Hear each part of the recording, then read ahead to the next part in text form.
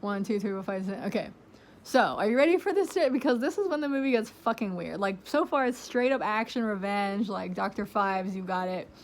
Okay, now it gets weird. So basically, they plant this fake arm, and then the boss and this lady who's like his little fuck toy, which I didn't mention because she doesn't really do anything, but like they plant this fake arm, and they make Alex feel like he killed everybody who he needed to kill. So he loses his powers. So he's walking down the street, and basically he's like drunk. It's like because he gets like really tired, and he's just kind of like out of it. And he walks up to some random chick, and it's really weird because he's supposed to be like a supernatural creature, right? But then it's like he's becoming mortal, but not just mortal, like weak. And then he walks up to some random chick, like he's on drugs, and he's like, he thinks it's his girlfriend. He's like, "Oh, Lauren, I love you." And her girlfriend just punches him out. And he's like, "Oh, shit." And then he goes home, and then he realizes that, because he cuts his hand on the broken glass, and he realizes that he doesn't have his healing powers anymore. And then, I can't remember, but basically somehow he winds up in the chief of police's office. And the chief of police, like, he starts saying all this really weird shit, which actually kind of had me for a minute, where he's like, he starts telling him, like, hey, there was no other killer. Like, yeah, the police is corrupt as fuck, but you're still the murderer, like we said from the beginning. And I was sitting there watching the movie like, oh, shit, like, this would be a twist, you know? Like, I actually went with it for a minute, because I'm like, damn, that would be a sick-ass, fucked-up-ass twist if, like, because he's saying, like, don't you remember the night that she died?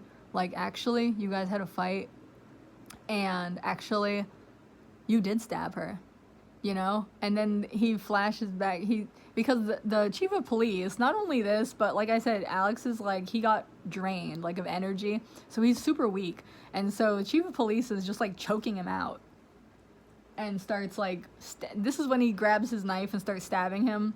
You know, like I said, he stabs him, I think, about, like, 4 times. That's what you see. Even though he claims later he stabbed him 53 times.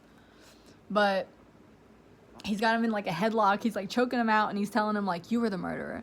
You were the murderer the whole time. And then he's like, don't you remember? And then Alex is like, oh, shit, I kind of do remember. And then he flashes back to when he says, like, I never hurt her, to be like, I didn't mean to hurt her. And I'm like, oh, shit, this is so fucking, like, this is so interesting, you know? But then he passes out, and then they instantly, because they also show a picture of him holding his, because there's a picture that has been shown multiple times of him and his girlfriend, like, standing next to each other, like, oh, we're so happy. But then they show that picture again, and it's him, like, propping up her dead body, like, with his arm around her, and he's holding the knife and stuff. And I'm like, oh, shit, like, I actually kind of bought it for a minute. But then they fucking ruined it for themselves, because they decided they can't have any ambiguity. So the second he passes out, like, the chief of police, like, second in command or whatever, comes in the room, and he's like, that was some good gaslighting, huh? That was the best gaslighting ever. And the chief of police is like, yeah, I'm really good at gaslighting. Look at this fake gaslighting picture. We love gaslighting. And he's like, yeah, man, the gaslighting was so good. So they say that like 50 times. So they let you know all that shit was fake, which is so dumb, kind of, because it's like, why even introduce this twist just to have me go in for like 3 minutes before you take it away from me, you know? At least let it be ambiguous for maybe like 20 minutes before you reveal it was all fake. But I don't know why they decided to have the extra wrinkle in there, but it did have me going for like 3 minutes, so maybe it did its job, I don't know. But anyways, so back to the story. So Alex is apparently now dead, which is another thing I think they pulled for the new movie, because they said that in the reviewers, remember, I haven't seen this movie, but the reviewers I was watching said that in the new movie, Eric 2, his powers are contingent on not feeling like he's completed his mission, but on him having trust like loving trust in his girlfriend or something like that, some weird shit, and that if he doubts her, basically he's not allowed to doubt her at all, which to me sounds fucking toxic, but this is a Romeo and Juliet. So that if he doubts her, he'll lose his powers and he'll die again and he'll have to be reborn again. So that's basically what happens in this movie, except that it's because the final boss got over on him and made him lose his power. So basically he's dead. And they put him on the slab, like, apparently in the chief of police office, like, he has this, like, little morgue or something that's, like, right beside his, or maybe it's actually in the desk. I'm losing my mind. In the room with him. But basically, they put him on this table, and then they say, basically, that they're gonna taxidermy him. Which I was like, wow, that's cool. That's some, like, Tales from the Crypt level shit. They said they're gonna taxidermy him, and that's when they, like, slit his shirt open, and he's all bloody, and you see, like, the cuts that are on him and all that stuff. And that's when the chief of police little fuck toy is like, oh, 53 stabs, huh? Like, she just eyeballed that. Oh, 53 stabs. Obviously, it's the number 53 because that's been the fucking magic number all along, bitch, hasn't it? But it didn't look like 53 stabs to me. You know, but the other weird thing is that during all this, they kidnapped Kirsten Dunst. And they tied her up from the ceiling and sewed her mouth shut, like literally sewed her mouth shut. And then later on, she steals a scalpel and she like cuts all the little threads off of her mouth. And then for the entire rest of the movie, she has the sewing dots, you know, like all around her mouth. I liked that, actually. I thought that was cool, but it's just like, what the fuck are we doing here, you know? Like, it's funny because I feel like somebody thought, like, yeah, sew her mouth shut. That's, like, brutal. That's, like, rock and roll, man. That's cool. But then it's like, okay, you kind of gotta live with that now for the rest of the movie, you know?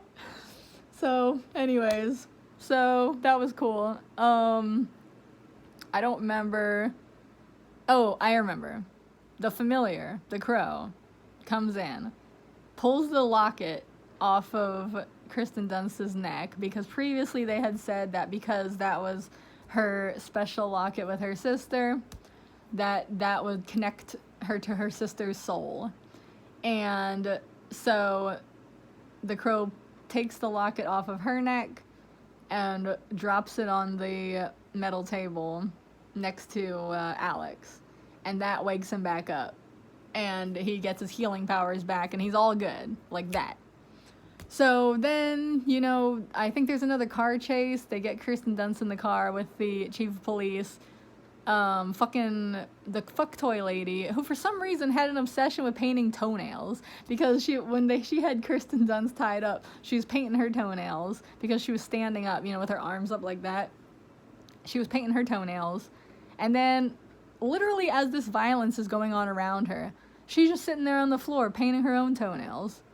And then the crow stabs her into the wall, I think, something like that. And then the last thing you see is, like, her painted toes, like, dangling. So fucking stupid, but whatever. But stupid in, like, a good way, you know. It's quirky. Anyways, so then there's a car chase. Alex jumps on the car and rips the top of the car open, and then he pulls the final boss chief of police arm out and rips his sleeve open, and sure enough, there's the chevrons, as if you didn't already know. It's pretty obvious at this point, you know. I mean, he said, like, I planted the fake arm and all this shit, so you know it's him. But he just had to confirm. He had to know, you know. And then after that, Alex says, like, you know what, man, I'm sick of wearing all this hot fabric, you know. I need to air out, man. I've been doing a lot of physical activity. So he puts on a cute ass little undershirt, and they do what they gotta do. They take the chief of police to the electric chair hexagon or pentagon, whatever it is. They put him in there so he can look at every word on every door. Like, the camera shows you every door separately with the words. And then it's really funny, actually, because Alex has given him this little speech about how he's like, yeah, you know, they say electrocution is an instant death and it's painless, but it actually hurts a lot. I'm like, yeah, because they botched it. Like, they botched it with your ass, and everybody could see that it was fucking botched. But he's like, yep, now you can get the chair, as rightfully sets everything straight, So he puts the Iron Maiden mask on him, on the chief of police, and then he goes, any last words? And the chief of police, as anybody could see coming, he goes, fuck you. But funnily enough, Alex, who, it's funny, I totally forgot to mention this, but at certain points, Alex, he kind of puts on this, like, derpy face sometimes, like, I can't really do it, but especially not from this angle. He's just, he's, vacantly, staring forward. But, anyways, he kind of does that, and then he says to the final boss, is that all you got? And then the final boss, I actually forgot what his real final words were, but he says some more shit. And then Alex is like, all right, I'm satisfied. You satisfied, Kirsten? And she's like, I'm satisfied. And then they close up the mask. They fry his ass with the botched electric chair. And then they walk out. And now it's daytime. And then they're like, okay, bye. See you in the next life. And then the last part is that she goes to the cemetery completely alone in the world now. I don't know what she's gonna fucking do, but she is rich, so there is, she has privilege. So she's at the gravestones of Alex and her sister, and she's wearing a very, very late 90s, girl, not necessarily rocker girl, but girl who would go to the club and see a rock band outfit. Is a cool outfit. I liked it. And then she says in voiceover how she's going to enjoy her life despite all this fucked up shit that happened to her and all these mental scars that she's obviously going to have. But she's like, you know what, I'm going to enjoy my life because that's what they would have wanted. And then you see that Alex and Lauren are together in heaven making out continuously forever. The end. So yeah, so it was a very nice movie. I recommend it. I think it should be watched. If you like rock and roll movies, if you like goth things, if you like The Crow, like I said, I'm not a huge fan of The Crow, but I'm really, really happy that is something that exists. You know what I mean? I'm just really happy that this series is there because I like the fact that there's a goth superhero. I mean, where else are you gonna get that? I don't know of any other goth superheroes. Batman is not a fucking goth superhero. It might be called Gotham City, and he might be all about darkness and shadows, but he's not goth, okay? Not like this. He doesn't have all that style. He doesn't have the Cabinet of Dr. Caligari silhouette in his body.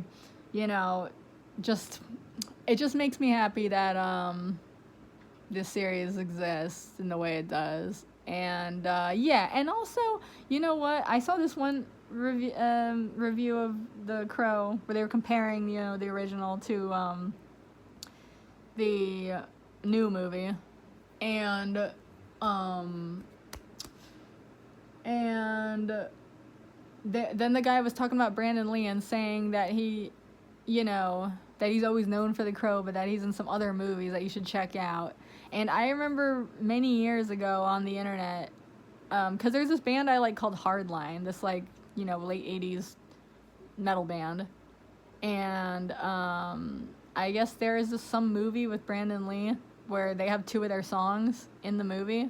I don't know if it's this movie that everyone keeps talking about called Rapid Fire or if it's something else, but I want to find that movie. I want to hear some Hardline songs in a movie, an action movie or what have you. That sounds dope, and yeah, anyway, I think that's all that is there. I hope I feel like I accidentally left my window open, but that can't be so. I know I closed that shit. I don't know why I keep feeling like I'm hearing rustling leaves outside. That must just be the cat inside the little crinkle roll or whatever. But, and that cold air I feel is the fan back there. So, whatever. Alright, I gotta go upstairs, spend some time with my family. First, I gotta get in the shower and wash all this bullshit off my face before I, before I get assassinated or something. So, alright, good night, bye.